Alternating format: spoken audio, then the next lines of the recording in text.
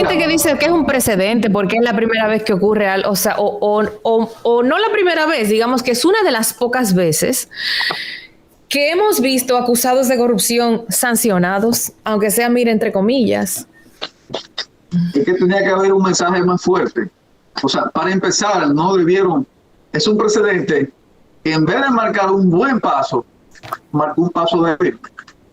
Porque tenía que haber un buen paso con una buena decisión, con buenas motivaciones, que dieran como consecuencia una guía jurisprudencial para los próximos casos, pero no estas contradicciones que hubo en las motivaciones. Te descargo de soborno, por entonces te condeno por declaración falseada de jurada de bienes. O sea, hay como toda una mezcolanza difícil de entender, y no lo podemos ver tanto así como ese gran paso en contra de la corrupción, sobre todo proviniendo del mismo origen de Odebrecht, que en otros países esto es irrisorio. O sea, esto sería como una especie de chiste, como hasta de burla, vamos a decirlo así, en cuanto a lo que aquí se ha llamado justicia o aplicación de la ley. No queremos decir, Miralba, que tengan que obligatoriamente ser condenados, pero como que las justificaciones que se dieron, los hechos que se analizaron, por un lado a este se descarga por tal situación, pero a este imputado entonces se condena por tal otra situación que es similar a la que entonces su compañero de la asociación de malhechores que fue acusado se descarga. Así que esto, para mí entender, más que un precedente positivo, es un precedente de mucha debilidad que no podemos realmente emular, o sea, sentirnos satisfechos. La Corte deberá arreglar esa situación. No obstante, hablando nuevamente del proceso, fíjate, a la audiencia en sentido general y a los demás medios que nos escuchan, que toman nota de lo que hablamos, Miralba. Hay una situación muy peligrosa que quiero decirla por aquí, por este medio, porque es un medio que se escucha, y es la siguiente. Con esta sentencia se ha, diríamos, lavado, usando ese término, los bienes de muchos imputados que no tienen la forma de cómo justificar sus bienes. Espérese, doctor. Espérese. ¿Cómo así que se han lavado con una sentencia? Claro. ¿Por qué? Porque al decir que solamente se van a decomisar tales y tales bienes de uno de los condenados, te dice, mira, solamente el apartamento de tal sitio, el yate de tal sitio, la cuenta de tal sitio. Después todo lo otro, Miralba, que él tenga, ya eso es ilícito. O sea, no lo pueden tocar ya más nunca. Mierda. ¿Me entiendes? Porque ya solamente... Doctor, entonces en esos descargados hay personas que no tienen cómo explicar lo que tienen. Bueno, eso es lo que usted está queriendo decir. Entonces, a partir de ahora, con esta sentencia, ya eso es legítimo. Porque como no se probó o no se interesó la justicia en probar ese tipo penal, pues ya eso se descarta, se desecha, porque usted no pueden ser juzgados por el mismo delito. 2 veces. Pero ¿y por lavado de activo? No. O sea, ya a ellos lo acusaron de varios ilícitos, incluyendo lavado de activos, soborno, a todos.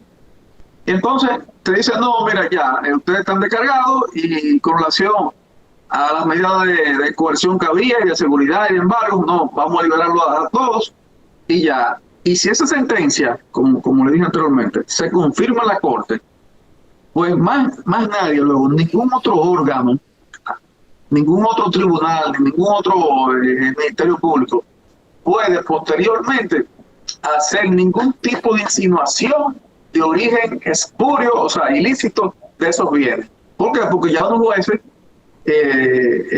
vamos a decirlo así, ya lo revisaron, ese origen, y dijeron que no había problema, que ahí lo que hay una falta, oiga esto, de tipo administrativo, o sea, de tipo de sanción de la ley 41-08 como funcionario público, pero ahí no hay una falta de otro tipo.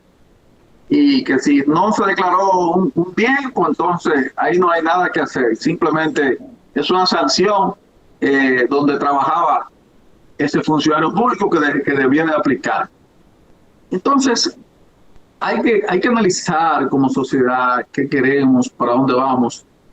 Hay que ser más profundo, porque no se basa simplemente en las 3 causales del aborto, en que si ahora no se está hablando, que si una relación de pareja, el hombre tiene una relación con su mujer y entonces forza esa relación, es violación sexual. O sea, esas cosas que durante años siguen ahí y no se desarrollan, no pueden marcar siempre la pauta de la evolución legislativa dominicana. Tenemos que ir más allá como sociedad y ver estos temas de soborno, de los medios de prueba.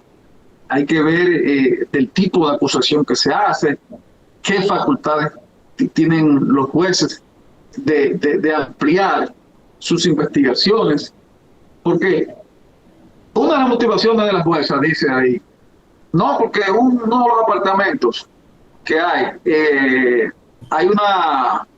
no hay sobrevaluación, porque el tasador ni entró al apartamento. Pero usted simplemente valora el asunto en base incluso a lo que de manera oficial, impuesto interno, tiene eso dentro de una tabla del valor que está tasado de manera oficial, vuelvo y repito, por cada sector, sin entrar al apartamento. No hay que entrar al mismo apartamento para valorar eso. Entonces, todo el mundo sabe todo el que ha trabajado en eso y sabe medianamente que los valúos de los tasadores se enfocan en varias circunstancias. No exactamente tienen que entrar, tienen que ver simplemente la estructura, el sector, las facilidades que tienen cerca, los años de construcción que tiene el apartamento, y eso es fácil de evaluar. Y si no, vuelvo y reitero, lo que debió hacer el tribunal fue tomar como parámetro la tasación oficial de quién, de la Dirección General de Impuestos Internos, que tiene la tasación oficial por metro de construcción y por solar. De modo y manera que el juez hay que revisarse, debe ser más activo en cuanto a eso, el Ministerio Público por igual. O sea, hay que ver por qué tanta falencia en estos procesos. ¿Qué será esta vez? Nos vamos a una pausa, nos están mandando una pausita. Sí, ¿verdad? Una pausa, ok, está bien, doctor. Dice Natanael que nos vamos a una pausa. Me quedo con mi pregunta para cuando regresemos. No pausa. Seguimos. Perfecto. Pues mi pregunta ahora, doctor. ¿Tenemos ahora lo necesario para que eso sea diferente? Porque nos hemos quejado mucho tiempo de que no tenemos una justicia independiente, de que no tenemos un ministerio público con los instrumentos y herramientas necesarias, con el personal necesario para hacer de la justicia dominicana una justicia, valga la redundancia, más justa, más adecuada, más certera, sobre todo y de manera específica, lo voy a subrayar y en negritas, los temas de corrupción. ¿Qué garantías tenemos de que eso va a ser distinto? ¿Usted ve algo distinto en el panorama, doctor? Bueno, mire, hay un tema así, claro, de manera específica, que es que el presidente Luis Abinader ha querido una justicia independiente. Y esa ha sido ya una preocupación externada. Incluso ha hablado de una reforma constitucional a esos fines. Sin embargo, de inmediato encontró oposiciones con relación al tema. Ya hablar que desde la presidencia está esa preocupación de una justicia independiente, partiendo desde el Ministerio Público, es un paso de avance muy bueno y muy grande en favor de la justicia y en favor del pueblo dominicano. Ahora, como le dije, hay que revisar, hacer un gran diálogo y compromiso nacional de todos los sectores para determinar qué queremos como sociedad y para dónde vamos como sociedad dominicana. Fíjese, va a ser muy difícil probar algún tipo de soborno bajo el sistema probatorio actual. Eso es muy difícil. O sea, nadie va a dar un recibo de pago por un tema de soborno. Nadie en ninguna legislatura se va en ninguna nota de un estudio de comisión, sea tanto del Senado o de la Cámara de Diputados, se va a dejar ver que hay alguna intención por parte de algún diputado, o lo repito, algún congresista, de que tenga un interés marcado sobre un proyecto y de que incluso le dieron algún tipo de dinero, de soborno o de compromiso. Es decir que, y sobre todo partiendo de la falsedad que establece el artículo 146, 147 del Código Penal Dominicano, establece un tipo de falsedad material. O sea, la falsedad de que si algo, vamos a decir, un documento, un contrato, te habla de que el contrato es por 80 millones de dólares, vamos a decir así.